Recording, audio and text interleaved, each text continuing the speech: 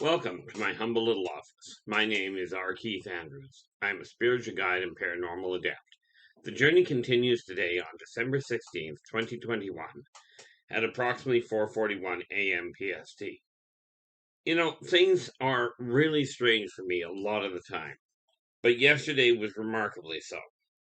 Now, this is going to be a little different, and in all fairness, from my standpoint, really boils down to this. Now, I was brought back to this world for one primary purpose this lifetime, and that is to pass on a simple message to people that regardless of what's going on, working together, we can make this a better world for virtually everybody. Now, like I said, this is a different type of setup, but I had a remarkable thing happen yesterday. So I just want to share it with you and a couple of people, which I'll get to in a little bit. Now, as you well know, okay, if you've been listening to me at all, as you well know, I'm not claiming to be perfect by any means. I've made my mistakes. Okay, as a matter of fact, in all fairness, to the best of my knowledge, there's not a soul on the planet that is perfect. Now, I certainly made my mistakes when I was younger, and I have done my best to correct them. Now, some of them cannot be corrected. Okay, they just can't. You know, you cannot undo that which you've done. You cannot unsay that which you've said, and you certainly cannot. And you cannot alter the past, no matter how much you may like to. Now, today's issue is not so much about, like, I'm not talking so much about what you can do. This is literally an issue of what I've already gone through. Years ago, Christmas has always been a very important time of year for me. Okay, I haven't always been able to show it properly. I haven't had the money to do anything with it. However, years ago, probably about 15 years back now, I suspect, my oldest brother, or not my oldest brother, my apologies, my second eldest brother was very sick. Okay, and he was bedridden a lot of the time at the time. So I bought him no, I did not buy him. I crocheted him a blanket. I've actually got the blanket. Okay, and I'm not going to go and dig it out. I crocheted him a blanket. Okay, simply because he could not walk around a lot, so he ended up sitting on a chair a lot. He was very ill. Now, I would have loved to say that I could turn things around for him, and somehow I did. But what I can honestly say is when I crocheted him a patchwork blanket, and when I gave it to him for Christmas, he opens it up, and he looks at me and he goes, "Well, thank you very much." He says, how did you ever find this? How did you ever manage to buy this?" I said, "I didn't." I said, I made it. I crocheted it. Right. And he looks at me and he almost burst into tears right then. Right. Now, this was a gentleman at the time he would have been somewhere in his mid 40s. Okay. Now, my second oldest brother and I had always been relatively close. He'd been sick his entire life. I'd been suffering from epilepsy. Right. So he almost burst into tears. And he turns around and he goes, "I don't know what to say." Like, he goes, "You made it?" I said, "Yeah, I made it." I didn't have a lot of money, so all I did was I taught myself. Well, I shouldn't say I taught myself. There were a couple of people that I was working with that explained how to crochet, my mother being one of them. Right. So I turned around and I learned how to crochet, and I made him a blanket that was big enough for him to lay under. And he almost burst into tears. And he goes, "I don't know what to say." And I looked at him and I says, "I think you just said more than what you've ever said." Right. So the sad part of this, like, he used it for years. He never went anywhere without it. Everywhere he went on the wheelchair, this blanket was sitting on him. Right. Every time he went to bed, it was laid on top of him. even when he got to the point when he couldn't move, somebody else, one of the nurses in the extended care home he was in, would put the blanket on him. When he passed away back in 2010, when he passed away, I ended up getting his blanket back. Now, I figured that was a great setup. I was quite happy with it.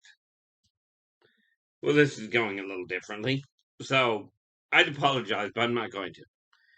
In any event, that same blanket today is sitting on the back of my love seat, draped out over the back shelf, or over the back of it, in the same place that my grandmother's used to be. Now, my grandmother's quilt that she made me, well, throw that she made me when I was a kid, I still have. Now, that makes it something in the neighborhood of about, I'm 58, so that would put it at least 50 years old. But it right now is sitting in the closet because I don't have a place to lay it. But my brother's is sitting, the one I made for my brother is sitting right there. Now, here's the thing. Okay, people talk about the money. People talk about how much money what you're getting in the way of toys, what you're getting in the way of gifts. That one gift, it cost me maybe $3 in wool, and probably a month to make. Okay, but the fact he didn't know how to deal with it, he didn't know what to say with it. That emotional feeling is something you don't replace with a gift from the store. You just don't. People have gotten they've become so caught up in the idea of instant gratification and what have you, that it's just absolutely, to me, it's appalling. But that's me. Now, the reason I said yesterday was such a bizarre day for me is probably about 6 years ago, there was another little lad who had a favorite stuffy. Okay. And he used to hang on to this thing all the time. Right? Like it was something that went with him everywhere he went. And I mean, realistically, it was just you may see it as just a stuffy. I knew he was attached to it. Okay. I knew full well he was attached to it. And when it went to get thrown out, I took that stuffy and I put it away. Okay, well, I returned that stuffy to this same lad yesterday. Okay, and had the same feeling. Now, this was just a stuffy. All it was, in all fairness, was a duck that you're in. It was a hand puppet duck. Okay, and when you stuck your hand in and squeezed your fingers together, it quacked. Well, I'll tell you, it came out yesterday, and that little lad again almost burst into tears. This was not an expensive gift. This was something that it had its run. Okay, and I'm only guessing that it was about 8 years ago, where it was getting ready to be thrown out along with a whole pile of other stuffies. The rest of the stuffies went, but this one particular one, I put in a box and I put away. Little did I realize just how important that stuffy would become. Okay, I knew he'd been attached to it, and my thought process behind it was it'll eventually go back to him, but I didn't honestly understand just exactly what kind of an impact that was. And so what I did was I put it away. Well, yesterday it came out in the open. Okay. And again, this little lad, much like my brother, okay, almost burst into tears. Okay. The joy that a simple gift, okay, one with no real expectation at all, can bring to somebody. And it wasn't Christmas. I mean, yes, it's the Christmas season. Absolutely. Whether you believe in Christmas or not is not the issue here. Okay. I put this little stuffy aside because I knew he was attached to it at the time. And he was not going to be happy. Well, it went out. as far as he was aware, and he didn't fuss about it, he didn't complain about it, and I didn't realize at that point how important it was. But I put it aside because I did know it was important to him. So I put it aside, and when I went to give it back to him,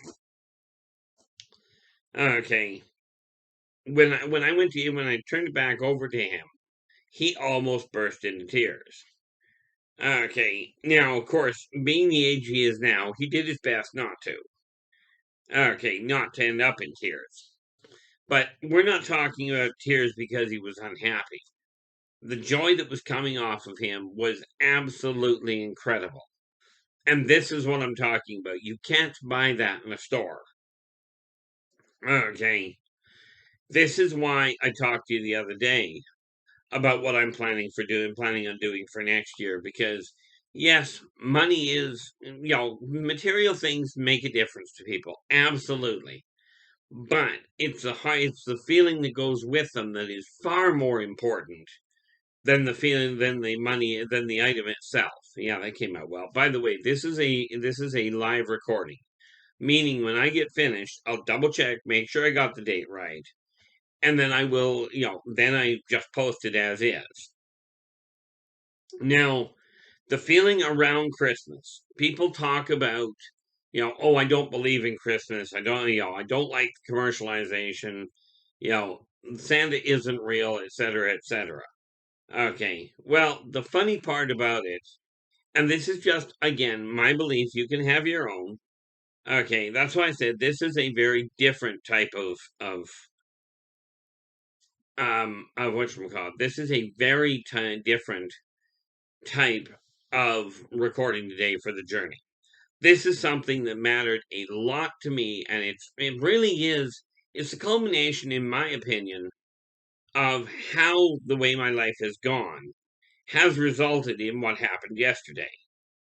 Now, there is no way that I would have ever been able to, at least no way that I'm aware of, that I would have ever been able to recognize the impact. Okay, a few days earlier than that, I sent a letter to my brother, because the first book, and the only thing I asked him for, was if when he gets around to getting rid of one specific book, if he's even still got it. I asked him if he can bring it and give it back and give it to me. Right. And we are only talking about it. Matter of fact, the book itself is The Hobbit by J.R.R. Tolkien. But that specific book, a little green book, it's a little green hardcover book, but it was the first book that I ever read that I felt I could not put down. Okay, and again, it's the feeling. Okay, and yes, I've been on the receiving end of it. I was in a really rough period a number of years ago, probably 20, 25 years. No, it would have been earlier than that. Probably about 35, 40 years ago. I was a young adult at the time and had a lot of trouble with finances. They're still not great for me, but that's okay. But at that time, I was really tight on food, and my eldest brother turned around, and what he did was he went to the grocery store. And again, we're only talking small items. Okay, we're not talking a major thing. But he bought a whole pile of little things. Canned vegetables, canned soup, Catelli dinner, this sort of thing. Just your easy to make stuff. I'm not a cook, and he knows it.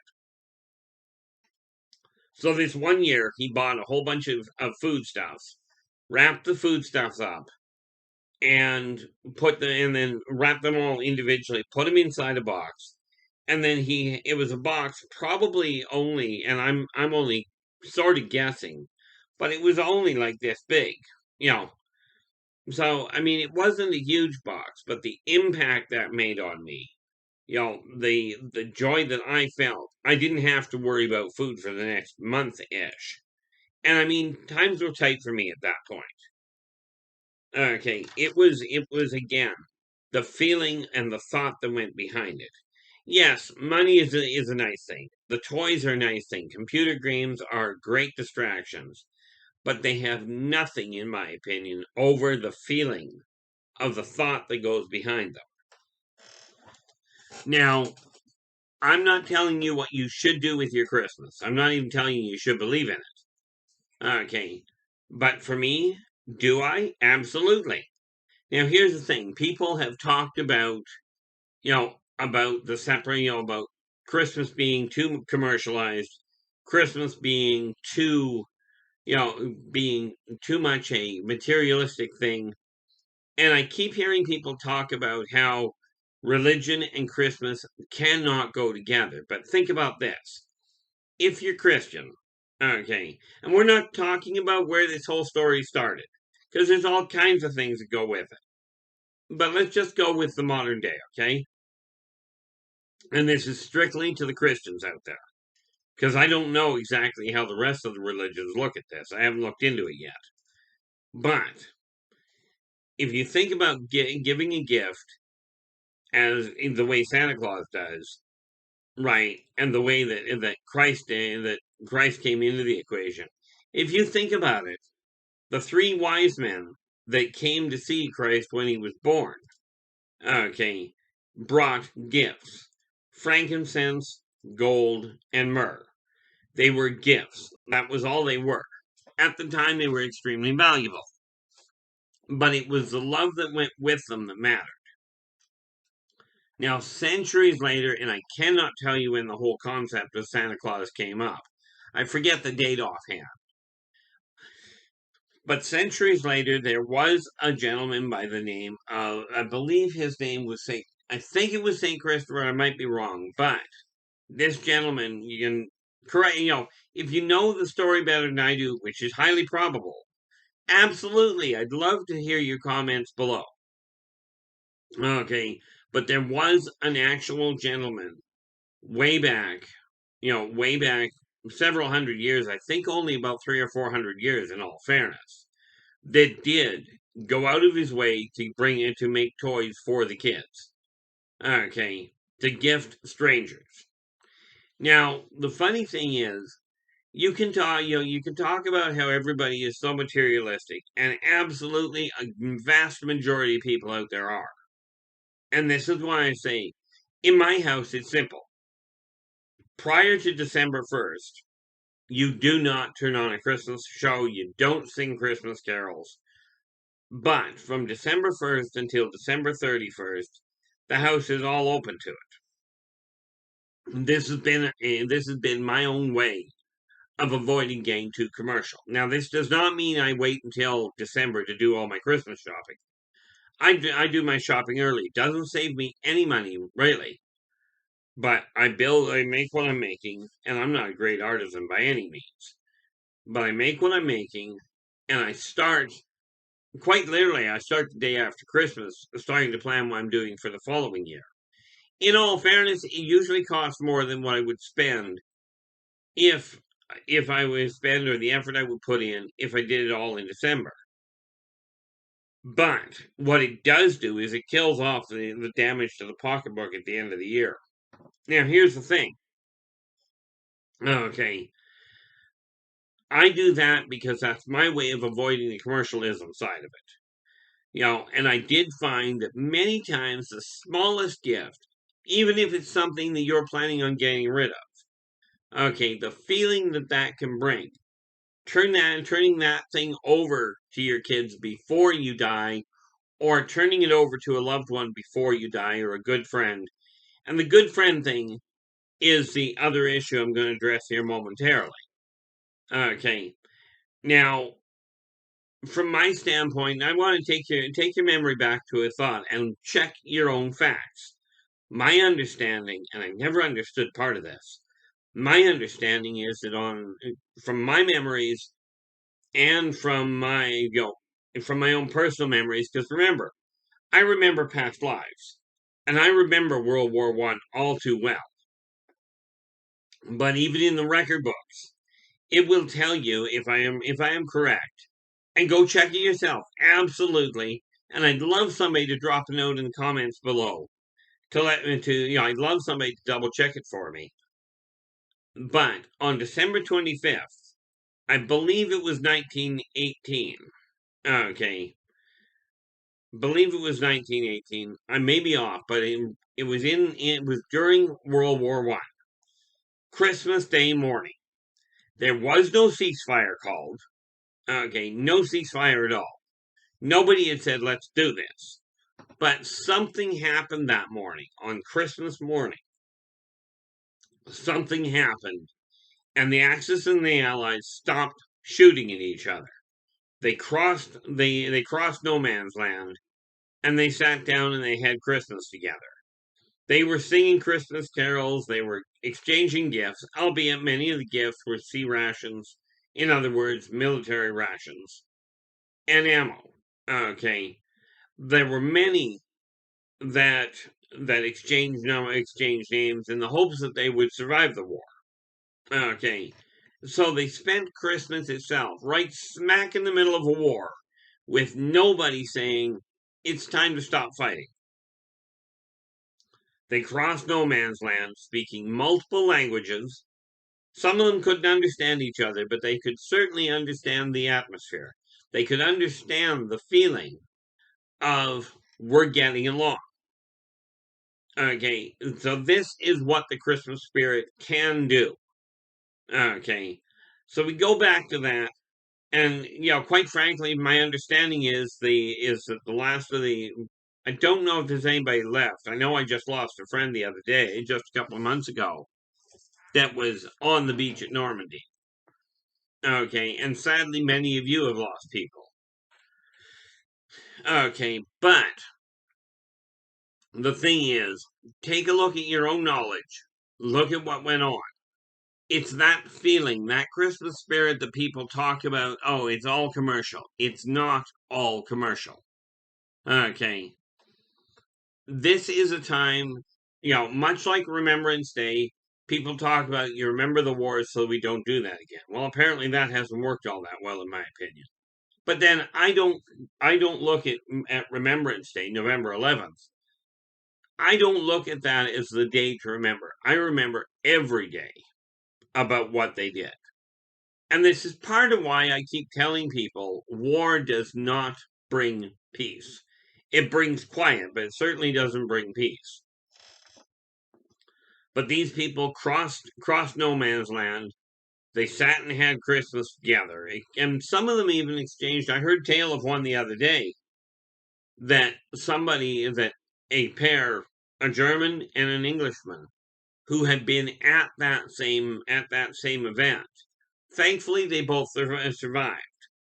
And about 3 years ago, I think, the two of them finally reconnected. Okay, they had exchanged numbers. Okay, way back. But I mean, let's face it, it took them 60 years, 70 years, a little longer than that to find, yeah, I guess. Well, that gives you an idea how well time works for me. Okay, you're looking at both of these people would have been somewhere extremely close to 100 years old. They'd met as young military personnel on the battlefield in World War One, and finally, just about probably 5 years ago now, they were close to 100 years each, and they managed to reconnect. It was that feeling of giving, that feeling of joy that they carried with them for their entire life. Okay, that brought it forth. And this is why I say the material world is not the issue. Now, I've made mistakes over the years.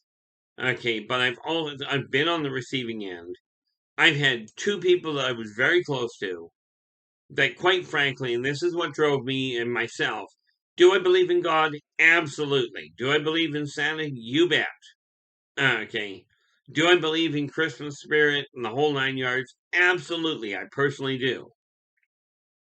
And yet, I had two people very close to me that both of them, when they became, bear in mind, before I do that, when I was, I still do.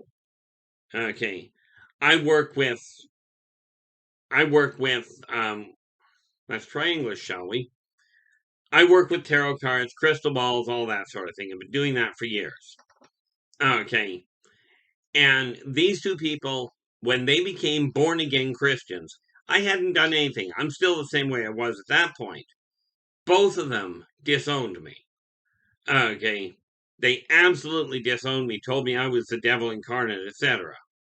Now, before I get to the end of this, there's a very important thing that I've got to point out. Now, I've talked to you before about this little book here. Well, I have been trying for years to get a hold of one of the gentlemen that was actually instrumental in putting the operating crew together for the Wolfpack. Okay, now he will recognize it quite readily. Some of the events that he and I shared during our life, outside of gaming. Okay, we had started to develop a very close relationship, very close friendship. Something happened. He knows what it is, and I'm not going to go into it here.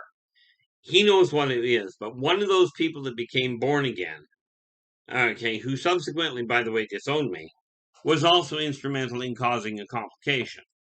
Now, am I upset with them at all? No, but I've spent years trying to reconnect with this individual. Now, the individual, okay, involved in this, that was actually responsible for this coming to light, or more to the point, he was responsible for one of the primary characters. Okay, and the only thing I will tell you about this here, because he'll know, the person I'm referring to is the person that created the character that Blade is based on. Now, Blade is an interesting individual here in the book, and you'll have to read the book to figure it out. But as far as he goes, it literally, that character is based on a combination of the character he built and the individual himself. And, I finally, and this is where things really took an interesting turn yesterday for me. On top of everything else, I finally, after all of these years of trying to track him down again, okay, and I've probably spent a good 20 years reaching out periodically, trying to get a hold of him. Well, I just managed to make contact yesterday, okay, and just managed to get I asked him if he wanted a copy of this. Asked him, I said, if you'd like a copy of this. Now, he is one of a very small handful of people that I just send these to. Okay. And it's because he is literally responsible for the creation of one of the characters. So I asked him if he'd like a copy. If he did, I'd need his physical mailing address. And that's all I required from him. Well, fortunately, after 20 years of looking for this guy, he gives me his mailing address. So I will be going out probably likely today to send it off to him. Now, the nice part is, the other part of that is, of course, I've just put an order in to get the sequel to this put to print. Okay. And yes, the people that are responsible for the primary characters in this book, in the Birth of the Wolfpack, I've already decided they're getting copies of it for free if I can find them. Okay. As far as that goes, again, it's the feeling and the memories that I've got that come from the time that we had together. It's not the money. It never has been the money for me. Now, it probably should have been more the money for me in some ways, but it never has been. And this is why I said, starting effective this month, I've got a certain amount that I require for my life to run. Okay, so I take that amount first. And then I've already decided that I'm going to take 10% of whatever comes in above that, and that will get spread out no matter how much it is. It will get spread out equally between 12 random strangers next year. Okay, and this is just the way that I'm choosing to celebrate Christmas. I'm choosing to do for others what some people have done for me. Okay, and especially with the gentleman that built this character, that built Blade, there is absolutely no way I can thank him enough for the friendship that he offered at the time. I was an absolute wreck. There are no words that I'm aware of that can thank him enough. Okay, so this is specifically to him. Okay, I am going to send him a copy of, not only a copy of the book, but a direct link to this particular video, because this message really is for him. Okay, now we are down to the half-hour mark, so I'm going to bring this to a close. And I do encourage you all, until we talk again, which will be tomorrow sometime, take care of yourselves and each other, and for pity's sakes, stay positive.